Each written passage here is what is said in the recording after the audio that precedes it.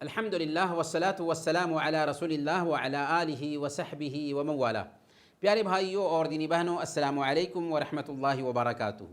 ہادہ طریقی مائی path کے اس class میں آپ سب کا سواگت ہے، اور ہم محرمات کو جان رہے ہیں، ان چیزوں کو جان رہے ہیں جو ہمارے لیے اسلام میں حرام ہیں، اور آج کا یہ ایپیسوڈ آخری ایپیسوڈ ہوگا، اسی پر یہ کتاب ختم ہو جائے گی۔ تو آئیے ہم چلتے ہیں کچھ محرمات کی طرف۔ ماں باپ کی نافرمانی اور جھوٹی گواہی دینا بھی حرام ہے۔ صحیح بخاری اور صحیح مسلم کی روایت ہے، حضرت ابو بکر رضی اللہ تعالیٰ عنہ بیان فرماتے ہیں کہ ہم اللہ کے نبی صلی اللہ علیہ وسلم کے پاس تھے کہ آپ نے فرمایا، کیا فرمایا؟ الا انبئکم باکبر الکبائر، کیا میں تمہیں بڑے بڑے گناہوں کے بارے میں نہ بتاؤں؟ یہ بات آپ نے 3 مرتبہ فرمائی، یعنی اللہ کے نبی صلی اللہ علیہ وسلم یہ بات 3 مرتبہ تاکید سے کہتے ہیں کہ کیا میں تمہیں بڑے گناہوں کے بارے میں نہ بتاؤں؟ کیا میں تمہیں بڑے گناہوں کے بارے میں نہ بتاؤں؟ کیا میں تمہیں بڑے بڑے گناہوں کے بارے میں نہ بتاؤں؟ ہم نے کہا کہ ہاں، کیوں نہیں اے اللہ کے نبی صلی اللہ علیہ وسلم، ہمیں ضرور بتائیے۔ تو آپ نے فرمایا، اللہ کے ساتھ کسی کو شریک ٹھہرانا، ماں باپ کی نافرمانی کرنا۔ یہ کہتے ہوئے آپ ٹیک لگائے ہوئے تھے، آپ بیٹھ گئے اور فرمایا، الا وقول الزور، الا وشہادت الزور، سن لو، تیسری چیز ہے جھوٹ بولنا اور جھوٹی گواہی دینا، جھوٹ بولنا اور جھوٹی گواہی دینا۔ فما زال یکررها حتی قلنا لیتہ سکت، آپ برابر اس بات کو دہراتے رہے، بار بار کہتے رہے، یہاں تک کہ ہم نے کہا کہ کاش کہ اللہ کے نبی صلی اللہ علیہ وسلم چپ ہو جاتے۔ یعنی اللہ کے نبی صلی اللہ علیہ وسلم پر ہم رحم کھانے لگے کہ بار بار یہ بات دہرا رہے ہیں کہ الا وقول الزور، الا وشہادت الزور۔ تیسری چیز جھوٹ بولنا اور جھوٹی گواہی دینا ہے۔ اس حدیث سے پتہ چلا کہ شرک، ماں باپ کی نافرمانی، اسی طرح جھوٹ بولنا اور جھوٹی گواہی دینا حرام ہے، ناجائز ہے، اور اس سے ہمیں بچنا چاہیے۔ دھوکہ دینا بھی حرام ہے۔ صحیح مسلم کی روایت ہے، حضرت ابو ہریرہ رضی اللہ تعالیٰ عنہ بیان کرتے ہیں کہ اللہ کے نبی صلی اللہ علیہ وسلم ایک دفعہ ایک منڈی میں، ایک بازار میں غلہ کے ڈھیر کے پاس سے گزرے، یعنی اللہ کے نبی صلی اللہ علیہ وسلم بازار سے گزر رہے تھے تو ایک غلہ کا ڈھیر دیکھا، آپ نے اپنا ہاتھ اس میں داخل فرمایا تو اس میں تری محسوس ہوئی، یعنی جب اپنے اس غلے میں ہاتھ ڈالا تو نیچے کا حصہ بھیگا ہوا محسوس ہوا۔ آپ نے فرمایا، اے غلے والے، یہ تم نے کیا کر رکھا ہے؟ اس نے کہا، یا رسول اللہ، بارش ہو گئی تھی جس کی وجہ سے میں نے ایسا کیا۔ آپ نے فرمایا، افلا جعلتہ فوق الطعام کہ یراہ الناس من غش فلیس منا، آخر تو نے بھیگے ہوئے غلے کو اوپر کیوں نہ رکھ دیا تاکہ لوگ دیکھ لیتے؟ جس نے دھوکہ دیا وہ ہم میں سے نہیں، جس نے دھوکہ دیا وہ ہم میں سے نہیں۔ اس حدیث کا مفہوم کیا ہوا؟ اس حدیث کا مفہوم یہ ہوا کہ بیچنے والے کے لیے جائز نہیں ہے کہ سامان میں اگر عیب پایا جاتا ہے، کمی پائی جاتی ہے، تو اس عیب کو، اس کمی کو چھپا کر کے گاہک سے اسے بیچ دے، بلکہ اس کے لیے ضروری ہے کہ اس کمی کو گاہک کے سامنے کھول کر رکھ دے، چاہے سامان بکتا ہے یا نہ بکے، لیکن عیب چھپا کر کے بیچنا حرام ہے، ناجائز ہے، یہ دھوکہ ہے، اور اللہ کے نبی صلی اللہ علیہ وسلم نے دھوکہ دینے والے کے بارے میں کہا کہ وہ ہم میں سے نہیں ہے۔ اس سے یہ بھی پتہ چلا کہ معاملات میں دھوکہ دینا حرام ہے، اور ایسا کرنے والے کے لیے سخت وعید ہے۔ چغل خوری بھی حرام ہے۔ چغل خوری کیا ہے؟ کسی کی بات سن کر کے کسی دوسرے سے نقل کر دینا، یہ چغل خوری ہے۔ صحیح مسلم کی روایت ہے، حضرت عبداللہ بن مسعود رضی اللہ تعالیٰ عنہ بیان فرماتے ہیں کہ اللہ کے نبی صلی اللہ علیہ وسلم نے ارشاد فرمایا، الا هل انبئکم ملعبہ هی النمیمۃ القالۃ بین الناس، کیا میں تمہیں نہ بتاؤں کہ عبا کیا چیز ہوتی ہے؟ اس سے مراد وہ چغلی ہے جو لوگوں کے درمیان نفرت پیدا کر دے۔ تو کسی کی بات سن کر کے کسی دوسرے کے کان میں ڈال دینا، کسی دوسرے سے نقل کر دینا، اس سے نفرت پیدا ہوتی ہے، اس سے تعلقات خراب ہوتے ہیں۔ اسی لیے اسلام اس سے سختی کے ساتھ روکتا ہے اور اسے حرام ٹھہراتا ہے۔ اسلام ایسا دین ہے جو ملنساری پر ابھارتا ہے، پریم کی دعوت دیتا ہے، بھائی چارہ کی دعوت دیتا ہے، اور بغض، حسد، کینہ، کپٹ، عرشیہ، لڑائی جھگڑے سے روکتا ہے، اور سوسائٹی کی بنیاد کو گرانے والی اور محبت کی رسی کو کاٹنے والی اگر کوئی سب سے زیادہ خطرناک چیز ہے تو یہی چغل خوری ہے، ایک کی بات سن کر کے دوسرے سے نقل کر دینا۔ اس سے ہوتا کیا ہے؟ اس سے دلوں میں نفرت پیدا ہوتی ہے، کینہ کپٹ جنم لیتا ہے۔ چغل خور اور جھوٹے لوگ 1 گھنٹے میں جو نقصان پہنچا سکتے ہیں، اتنا جادوگر 1 سال میں بھی نقصان نہیں پہنچا سکتا۔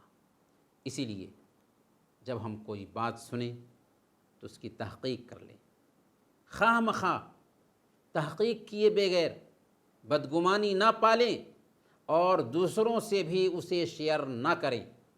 اللہ تعالیٰ نے فرمایا سورہ الحجرات آیت نمبر 6، یا ایھا الذین آمنوا ان جاءکم فاسق بنبأ فتبینوا، اے ایمان والو، اگر کوئی فاسق تمہارے پاس کوئی سوچنا لے کر پہنچے تو اس کی تحقیق کر لیا کرو۔ کیوں تحقیق کر لیا کرو؟ ان تصیبوا قوما بجہالۃ فتصبحوا علی ما فعلتم نادمین، کہ ایسا نہ ہو کہ تم کسی گروہ کو نہ جانتے ہوئے نادانی میں نقصان پہنچا بیٹھو اور پھر اپنے کیے پر تمہیں شرمندگی ہو۔ تو اسی لیے کوئی خبر پہنچتی ہے تو اس کی تحقیق کر لینی چاہیے، پھر اس کے بعد دوسروں سے شیئر کرنی چاہیے۔ چغل خور سے بالکل پرہیز کریں، چغل خور سے بچیں، ایسے انسان کی بات نہ سنیں، ایسے انسان کی بات کی تائید نہ کریں۔ ایسا آدمی، اس کے پاس کچھ بھی عزت نہیں ہوتی اور نہ ہی اخلاق ہوتا ہے۔ وہ جان بوجھ کر لوگوں کو تکلیف پہنچاتا ہے اور لوگوں کی مصیبت اور پریشانی میں خوش ہوتا ہے۔ اللہ تعالیٰ ایسے لوگوں کی شرارت سے ہماری حفاظت فرمائے۔ برکیف اس حدیث سے پتہ یہ چلا کہ غیبت اور چغل خوری حرام ہے اور یہ بڑے گناہوں میں سے ایک گناہ ہے، اس لیے اس سے ایک آدمی کو بچنا چاہیے۔ غیبت بھی حرام ہے۔ غیبت کیا ہے؟ غیبت کہتے ہیں آپ کسی آدمی کے عیب کو جو اس کے اندر پایا جا رہا ہے، اس کے پیٹھ پیچھے، اس کے غائبانہ میں کسی دوسرے سے بیان کریں تو یہ غیبت ہے۔ صحیح مسلم کی روایت ہے، حضرت ابو ہریرہ رضی اللہ تعالیٰ عنہ بیان فرماتے ہیں کہ اللہ کے نبی صلی اللہ علیہ وسلم نے فرمایا، اتدرون ما الغیبہ، کیا تم جانتے ہو کہ غیبت کسے کہتے ہیں؟ قالوا اللہ ورسولہ اعلم، صحابہ نے کہا کہ اللہ اور اس کے رسول ہی بہتر جانتے ہیں۔ تو آپ نے فرمایا، ذکرک اخاک بما یکرہ، تمہارا اپنے بھائی کا اس انداز میں ذکر کرنا جو اسے ناپسند ہو۔ تمہارا اپنے بھائی کے عیب کو اس کے سامنے نہیں بلکہ اس کے پیٹھ پیچھے ایسے بیان کرنا کہ جب وہ سنے تو اس کو اچھا نہ لگے، یہ غیبت ہے۔ صحابہ نے کہا، چونکہ صحابہ نیکیوں کے رسیا تھے، اسی لیے صحابہ نے پوچھا کہ اگر میرے بھائی کے اندر وہ عیب ہو جسے میں بیان کر رہا ہوں تو کیا یہ بھی غیبت ہے؟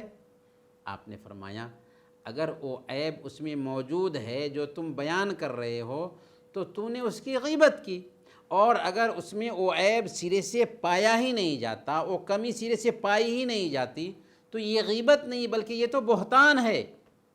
گویا کہ غیبت اصل میں کیا ہوا؟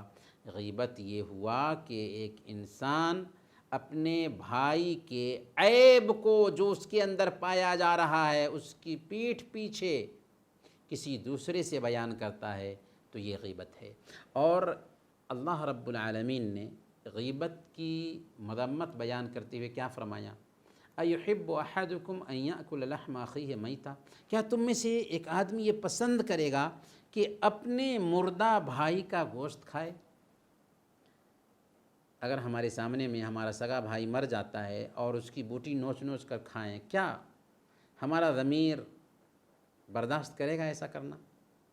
اللہ نے فرمایا کہ تم اپنے بھائی کے عیب کو اس کے پیٹھ پیچھے جو بیان کرتے ہو وہ بالکل ایسے ہی ہے جیسے کہ تم اپنے سگے بھائی جو تمہارے سامنے میں اس کی موت ہو چکی ہو اس کی بوٹی نوچ نوچ کر کھا رہے ہو۔ افسوس کہ آج ہماری مجلس کا سب سے لذیذ گوشت یہی پایا جاتا ہے۔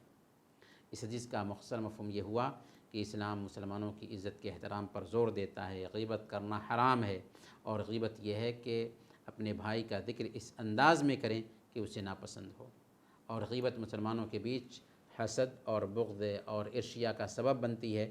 حدیث میں بیان کیا گیا ہے لا یؤمن احدکم حتی یحب لاخیہ ما یحب لنفسہ، تم میں سے ایک آدمی اس وقت تک ایمان والا نہیں ہو سکتا جب تک کہ جو اپنے لیے پسند کرتا ہے ویسے ہی اپنے بھائی کے لیے پسند نہ کرے۔ تو ہم اپنی غیبت پسند نہیں کرتے تو دوسروں کی بھی غیبت نہ کریں، اور اگر ہم غیبت کرتے ہیں تو ہم اپنی نیکی دوسرے کے کھاتے میں ڈالتے ہیں، اس لیے ہمیشہ غیبت کرنے سے بچنا چاہیے۔ اس کے علاوہ بھی بہت سارے برے اخلاق ہیں، حرام چیزیں ہیں جن سے اسلام نے ہمیں روکا ہے اور ان سے بچنے کی تاکید کی ہے، جیسے دوسروں کا مذاق اڑانا۔ مذاق کرنا اچھی بات ہے لیکن مذاق اڑانا بری بات ہے۔ اسی طرح اشارہ یا زبان سے عیب جوئی کرنا یہ بھی حرام ہے۔ برے القاب سے پکارنا بھی حرام ہے۔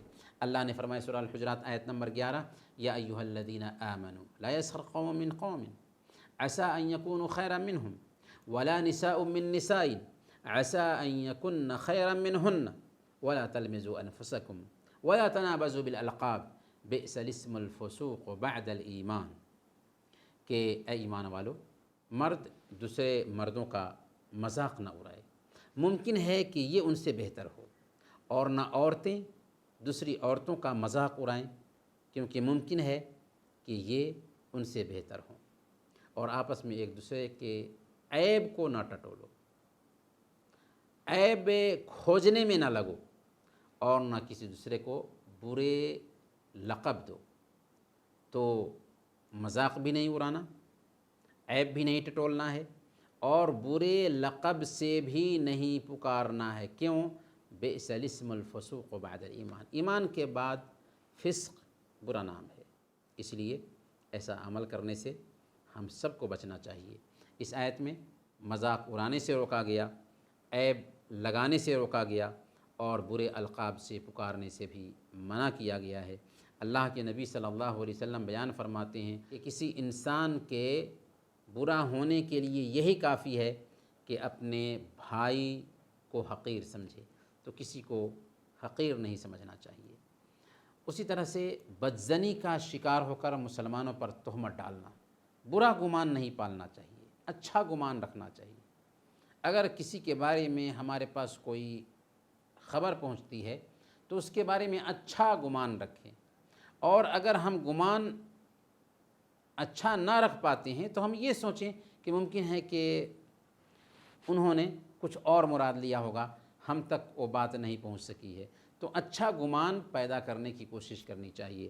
اللہ فرماتا ہے یا ایھا الذین آمنوا اجتنبوا کثیرا من الظن ان بعض الظن اثم، کہ اے ایمان والو بدگمانی سے بچو کیونکہ بعض بدگمانیاں گناہ کا سبب ہوتی ہیں۔ ٹوہ میں لگنا بھی حرام ہے۔ اللہ تعالیٰ نے فرمایا ولا تجسسوا، اور لوگوں کے عیب کی تلاش میں مت لگو، چاہے ان کی طرف دیکھ کر ہو یا ان کی باتیں سن کر کے ہو، ان کے عیب کو تلاش کرنے میں مت لگو، ان کی ٹوہ میں مت لگو، ان کی باتیں سننے کے لیے چپکے سے کہیں مت بیٹھو۔ مسند احمد اور ترمذی کی روایت ہے، اللہ کے نبی صلی اللہ علیہ وسلم نے بیان فرمایا یا معشر من آمن بلسانہ ولم يدخل الایمان قلبہ، اے وہ لوگو جو زبان سے ایمان لائے ہو لیکن دل تک ایمان نہیں پہنچا۔ پھر کیا فرمایا؟ لا تغتابوا المسلمین، مسلمانوں کی غیبت مت کرو، ولا تتبعوا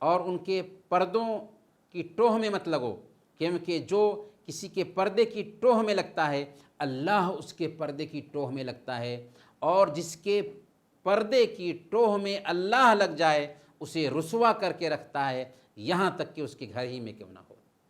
تو پھر ہمیں ٹوہ میں نہیں لگنا چاہیے، یہ بھی گندی عادت ہے۔ تکبر اور گھمنڈ کا اظہار کرنا بھی غلط ہے۔ اور تکبر کیا ہے؟ صحیح مسلم کی روایت ہے، اللہ کے نبی صلی اللہ علیہ وسلم نے ارشاد فرمایا، لا يدخل الجنۃ من کان فی قلبہ مثقال ذرۃ من کبر، جس آدمی کے دل میں رائی کے دانہ کے برابر بھی تکبر ہوگا وہ جنت میں نہیں جائے گا۔ یہ سن کر کے ایک آدمی نے پوچھا کہ ایک آدمی چاہتا ہے کہ اس کے کپڑے اچھے ہوں، اس کی جوتی بھی اچھی ہو، تو کیا یہ بھی تکبر میں آئے گا؟ آپ نے فرمایا، ان اللہ جمیل یحب الجمال، یقیناً اللہ تعالیٰ صاحب جمال ہے اور جمال کو ہی پسند کرتا ہے۔ تکبر اصل میں کیا ہے؟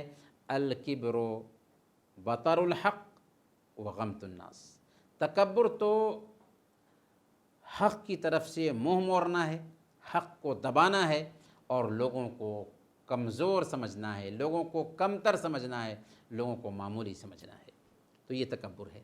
اور یاد رکھیں کہ تکبر سے نعمتیں چھین لی جاتی ہیں۔ صحیح بخاری اور صحیح مسلم کی روایت ہے، اللہ کے نبی صلی اللہ علیہ وسلم نے فرمایا کہ ایک آدمی اپنا حلہ پوشاک پہنے ہوئے کہیں جا رہا تھا، اس کو اپنی حالت بہت پسند آ رہی تھی، سر میں کنگھی کیے ہوا تھا، چال میں اتراہٹ تھی، فخسف اللہ بہ فہو یتجلجل الی یوم القیامہ، اچانک اللہ تعالیٰ نے اسے زمین میں دھسا دیا اور قیامت کے دن تک وہ زمین میں دھستا رہے گا۔ یہ ہے تکبر کا انجام۔ تکبر کا علاج کیا ہے؟ پہلے نمبر پر اپنے نفس کی حقیقت کو سمجھیں، ہم کیا تھے، ہماری حقیقت کیا ہے۔ اللہ کے نبی صلی اللہ علیہ وسلم نے یہی بات ایک مرتبہ صحابہ کو سمجھائی تھی۔ سنن ابن ماجہ کی روایت ہے، اللہ کے نبی صلی اللہ علیہ وسلم نے صحابہ کے سامنے ایک دن اپنی ہتھیلی پہ تھوکا اور اپنی انگلی سے اس تھوک میں سے لے کر کے دکھلاتے ہوئے فرمایا کہ اللہ تعالیٰ فرماتا ہے، انا تعجزنی ابن آدم وقد خلقتک من مثل ہذی، کہ اے آدم کی اولاد تم مجھے عاجز کیسے کر سکتی ہو جبکہ میں نے تم کو اسی جیسی چیز سے پیدا کیا، نطفے سے پیدا کیا، اور تم تکبر کرتے ہو، گھمنڈ کرتے ہو، ایسا تیرے لیے زیب نہیں دیتا۔ تو پہلے نمبر پر ایک انسان اپنی حقیقت کو سمجھے، وہ کیا تھا، معمولی پانی کی قطرہ سے پیدا ہوا ہے۔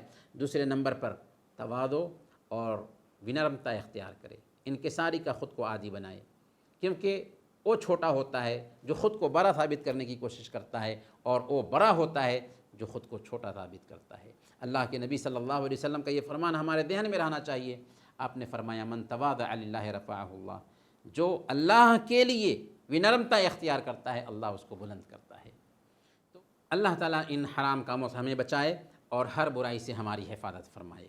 اب آئیے آداب سے متعلق یا محرمات سے متعلق جو سوالات ہو سکتے ہیں ان کو جانتے ہیں۔ پہلا سوال ہے، توبہ کی قبولیت کی کیا شرطیں ہیں، انہیں بیان کیجیے۔ دوسرا سوال ہے، جادو کا کام کرنے کی کیا سزا ہے، اور جادوگروں اور نجومیوں کے پاس جو لوگ جاتے ہیں اور ان کی تصدیق کرتے ہیں ان کا کیا حکم ہے۔ تیسرا سوال ہے، ایک مسلمان اپنے آپ کو زنا سے، ویبھچار سے کیسے بچا سکتا ہے۔ انہی کچھ باتوں کے ساتھ یہ کتاب ختم ہوئی۔ الحمدللہ الذی بنعمتہ تتم الصالحات۔ اللہ سے ہم دعا کرتے ہیں کہ اس کتاب کے پڑھنے والے، سننے والے اور اس سے فائدہ اٹھانے والے اور اسے ریکارڈ کرنے والے سب کے ساتھ خیر کا معاملہ فرمائے اور ان کو دین پر ثابت قدم رکھے، ان کے آل و اولاد کی حفاظت فرمائے۔ آمین۔ وصلی اللہ علی نبینا محمد وعلی آلہ وصحبہ اجمعین۔